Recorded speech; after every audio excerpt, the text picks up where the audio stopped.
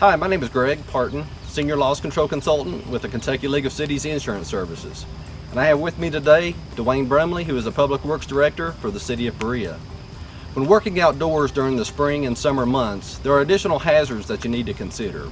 One of these hazards is exposure to poison ivy, poison oak, or poison sumac. We see workers' compensation insurance claims from this exposure spike every year between the months of May and September. These claims are reported by utility workers, public works employees, cemetery caretakers, parks and recreation staff, police and firefighters. So it affects almost every department. And as most of you already know, the reactions from this exposure can be extremely irritating.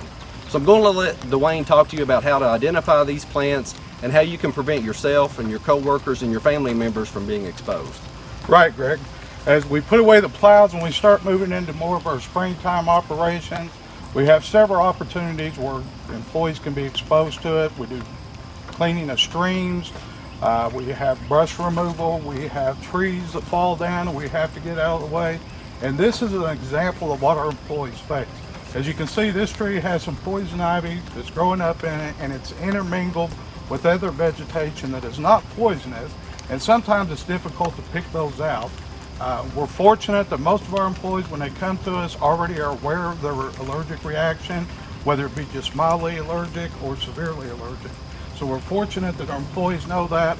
The key thing is identification, and to make sure that when we send employees out to do jobs that we're pretty sure they're going to have exposure to, like weed eating, cleaning out ditch lines, changing out culverts, that we take the time to explain to our employees to make sure that if it's a situation where you know you got poison ivy, long pants, shoes, socks, good foot coverage, long sleeve shirts, gloves, and it's recommended if we use gloves that we have cotton gloves like the jersey gloves, and then the rubber gloves to go over them to protect your hands.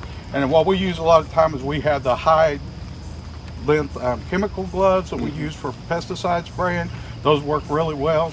And now, unfortunately, a lot of times when we're out, the employee doesn't know where they're going, because if it's 95 degrees out, it's impractical to put an employee out there all day long weed eating with long sleeve shirts and gloves.